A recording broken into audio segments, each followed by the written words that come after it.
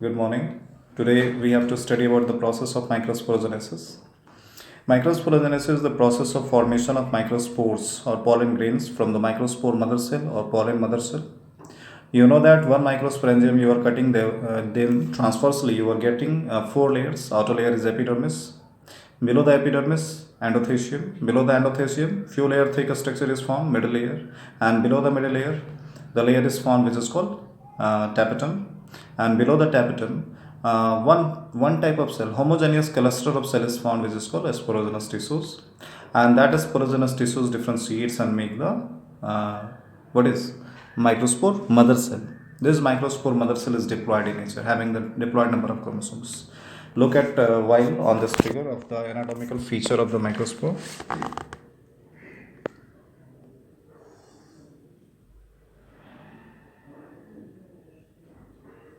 So this is the figure. Outer layer is epidermis. Below epidermis, endothecium. Below endothecium, few layer thick, middle layer. Below middle layer, this is tapetum. This is tapetum. And below tapetum, homogeneous cluster of cells you can see, but I have written here the microspore mother cell. Microspore mother cell is formed, which is the differentiated form of sporogenous tissues, which will be diploid in nature and which will divide and make the microspore tetrad. So I have shown here one by one. This is the microspore mother cell. You can take here from this figure, microspore mother cell is like that. And this microspore mother cell will divide meiotically by meiosis division, cell division, and which make four daughter cells which are organized initially, and these four daughter cells will dehydrate and will make matured microspore. This is one microspore. I can draw here the four microspores, but I have drawn only one for understanding. Four can be drawn because these four microspores are here and these will be maturing and making the microspore tetrad. One microspore, mature microspore, you can say pollen grain 2 are here. When you are coming to the figure of the pollen grain, you have to know that here, look at a while firstly.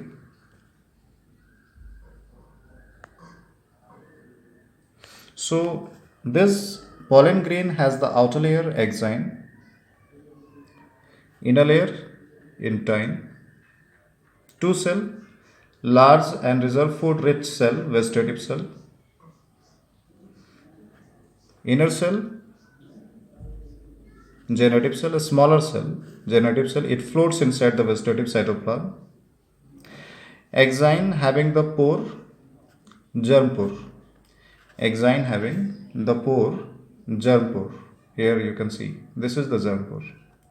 This germ pore facilitates the intine to make the pollen tube. With pollen tube, which is the structure, tube like a structure which comes outward from the pollen grain, is coming through the spore, and that pollen tube is actually the tubular form of the intine, inner layer.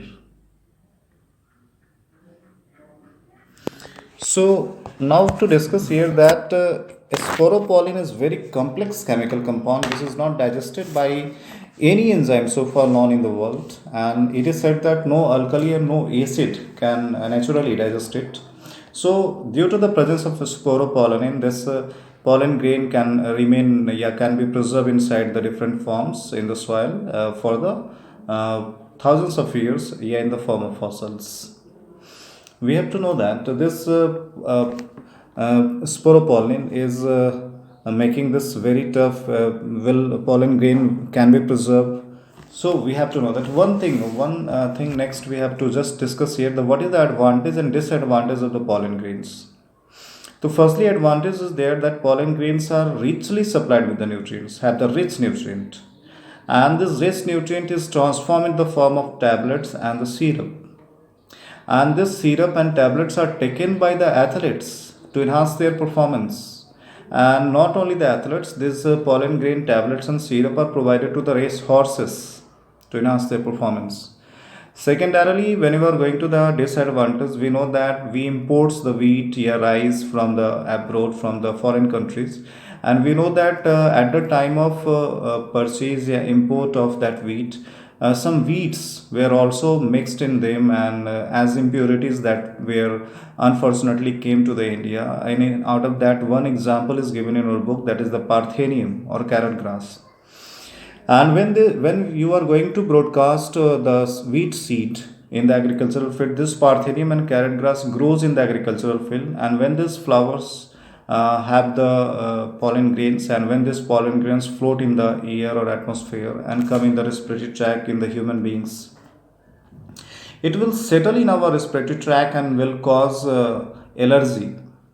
Allergy can be defined as any exaggerated response by the body against the particular substance is known as allergy. And this is the allergy which is provided by our immune system to adjust the body, to adapt the body.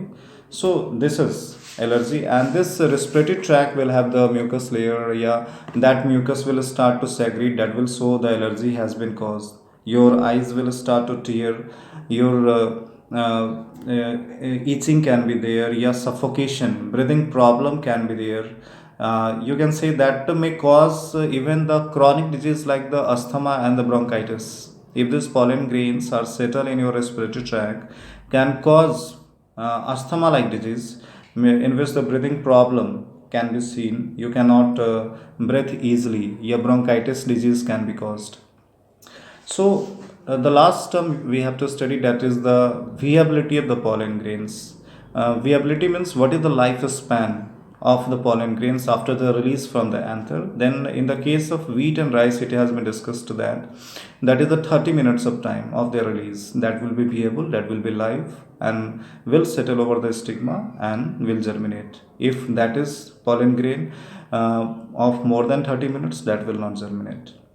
In the three families, it has been discussed in the Rosaceae, in the Leguminaceae, or in the Solanaceae. The pollen grains have viability is for months, means for many months this pollen grains can retain their viability, will survive, and whenever that will get the chance to settle over the stigma, that will germinate. And if you know that if the pollen grains are purchased and important of the desired quality, desired trait from the abroad, from the foreign, you have to know that it can be preserved into the liquidus nitrogen in minus 196 degrees Celsius temperature.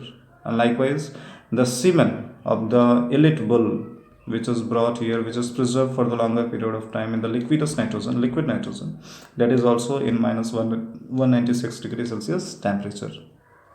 So this is the about the microsporogenesis. Thank you.